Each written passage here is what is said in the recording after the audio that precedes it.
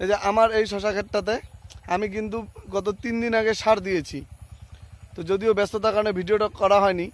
তো আজকে যে নিম্নচাপের বর্তমান ওয়েদার চলছে, আজকে হচ্ছে 27 তারিখ ভিডিওটা করছি এবং সার দেওয়া হয়েছিল 24 তারিখ। তো এই সময় অর্থাৎ যাদের শশা গাছে প্রথম চালানে ফল হারভেস্ট হয়ে গেছে, দ্বিতীয় চালানের জন্য ফলের জন্য আপনারা গাছকে রেডি করতে যাচ্ছেন, তারা কি করবেন, কি কি সার দিবেন, সমস্ত কিছু কিন্তু আজকে ভিডিওতে বলবো। অনেকে মনে করেন যে শশাতে একবার সার দিয়ে দেবো দাদা, শশা তো অল্প কয়েকদিনের ফল, অল্প কিছুদিন ফল দেওয়ার পরেই মরে যাবে। অনেকেই মনে করেন যে শশা গাছ অল্প কিছুদিন ফল দিয়েই চলে যায়, তো একবার সার দিয়ে করেছি, দ্বিতীয়বার আমার সার দেওয়ার দরকার কি? সেটা নয়। শশা গাছকে আপনি যতটা ট্রিটমেন্ট করতে পারবেন, যত ভালোভাবে পরিচর্যা করতে পারবেন, গাছ কিন্তু তত দিন ভালোভাবে টিকে থাকবে। কারণ এই যে শশা গাছগুলোর কথা যদি বলেন, এগুলো আমার যে চ্যানেলের প্রতিটা ভিডিও দেওয়া আছে, ফার্স্ট যেদিন লাগিয়েছি সেই ভিডিওগুলো দেওয়া আছে, সেখান থেকে দেখে নিতে পারেন যে কতদিন আগে লাগানো হয়েছিল, তার ডিউরেশন হিসেবে আজকে কতদিন বয়স হয়েছে, এবং আজকে দেখেন যে গাছের চেহারা, এখন অবধি গাছ একদম সবুজ রয়েছে। এই গাছ আরও প্রচুর পরিমাণে ফল দিবে, ফল দিতে বাধ্য। তো সেই জন্য গাছকে আমার পর্যাপ্ত পরিমাণ সার দিতে হবে। তো দ্বিতীয় চালানে আপনার কি কি সার দিবেন সেই বিষয়ে আজকে ভিডিও, একদম আপনারা ভিডিওটা সম্পূর্ণ দেখবেন, কি কি সার আমি ব্যবহার করছি টোটালটা আপনাদেরকে বলবো। তো চলুন ভিডিওটা শুরু করছি।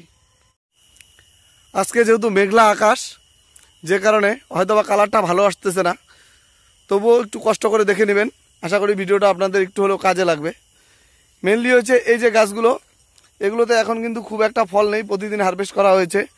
এই সময় কিন্তু মানে ফল একদম কমে গিয়েছে গাছের, যে কারণে এখন আমরা এই গাছে সার প্রয়োগ করলাম।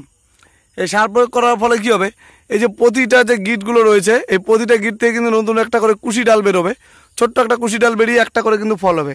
প্রতিটা গিটের থেকে কিন্তু একটা করে ফল হবে, যে কারণে কিন্তু আজকে এই সার প্রয়োগ করা। তো এই জমিতে আমরা প্রথমত মালচিংয়ের মধ্যে টোটাল সারটা দিয়ে দিয়েছিলাম, কিন্তু গাছ এত পরিমাণ গাছ হয়েছে সেই সারটা কিন্তু খেয়ে নিয়েছে। আর আপনি যত পরিমাণ সারই দেন, গাছ কিন্তু মাটিতে সেই সার রাখবে না, অটোমেটিক খেয়ে নেবে। তো এর জন্য কিন্তু দ্বিতীয়বারে সার দেওয়া।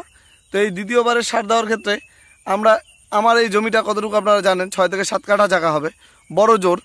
তার মধ্যে F2 লাগানো আছে মোটামুটি 4 কাঠা জায়গা, এবং F1 লাগানো আছে 3 কাঠা জায়গা। তো এই এতটুকু জায়গার মধ্যে আমার কিন্তু প্রতিদিন 60 কেজি 70 কেজি এরকম করে হারভেস্ট হচ্ছিল। তো বিগত 2 দিন থেকে একটু কমে গিয়েছে, এই 40 কেজি 45 কেজির মতো করে হারভেস্ট হচ্ছে। আর মানে এই টোটাল জায়গাটার মধ্যে কিন্তু ওই 3টা বেড পরবর্তী বেড আছে, যেগুলো এতদিনে নামতেছে, এখনও নামেনি। তো ওভারঅল ধরতে গেলে মোটামুটি 6 সাড়ে 6 কাঠা জায়গা হবে।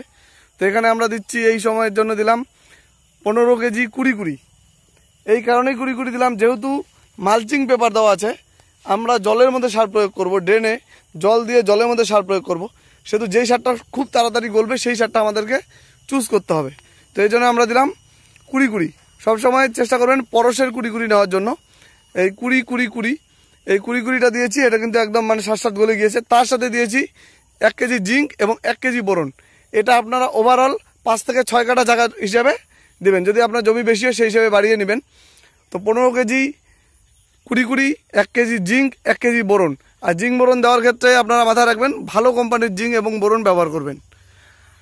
আর এরপরে যেটা করা হয়েছে, এটা জল দিয়ে জলের মধ্যে দিয়ে দেওয়া হয়েছে সারটা টোটালটাই ড্রেনের মধ্যে, এবং এর পরের দিন এখানে স্প্রে দেওয়া হয়েছে উপর দিয়ে NPK 20, তার সাথে হিউমিক অ্যাসিড অর্থাৎ হিউমি জেল বা হুমিনল গোল্ড, যে কোনো একটা আপনারা মিশিয়ে সুন্দর করে স্প্রে করে দেবেন। গাছ দেখবেন আবার এরকম ঝা চকচকে সবুজ হয়ে গিয়েছে, গাছে আবার প্রচুর পরিমাণে ফল আসবে। আর একটা কথা মাথায় রাখবেন যে F1 গাছ একটু তাড়াতাড়ি চলে যায়, কিন্তু F2 গাছ অনেক দিন লাস্টিং করে, যে কারণে যারা F2 বিশেষ করে F2 করেছেন বা F1ও যারা করেছেন, পর্যাপ্ত পরিমাণ গাছে পর্যাপ্ত পরিমাণ খাবার দিয়ে যাবেন। এবং ওপরে যে স্প্রেগুলো আছে, আমি প্রতিটা ভিডিওতেই একদম ডিটেলস যদি বলে দিই, সেই স্প্রেগুলো যদি করে যেতে পারেন, গাছ কিন্তু অনেক দিন অবধি রেখে দিতে পারবেন।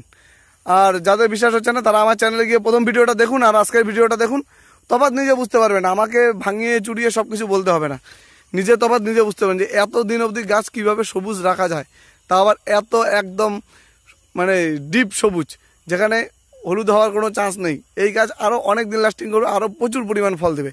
এই জন্য কিন্তু এই পরিচর্যাগুলো করা। তো আপনারাও এরকম পরিচর্যা করতে পারেন। আশা করি যে আপনাদের কোনো রকম ক্ষতি হবে না, আপনারাও ভালো রেজাল্ট পাবেন। তো আজকের মতো ভিডিওটা বেশি বড় করছি না, সকলেই ভালো থাকবেন এবং আপনাদের ফসলগুলো খুব সুন্দরভাবে বেড়ে উঠুক এই কামনা রেখে আজকের মতো ভিডিওটা এখানেই শেষ করলাম।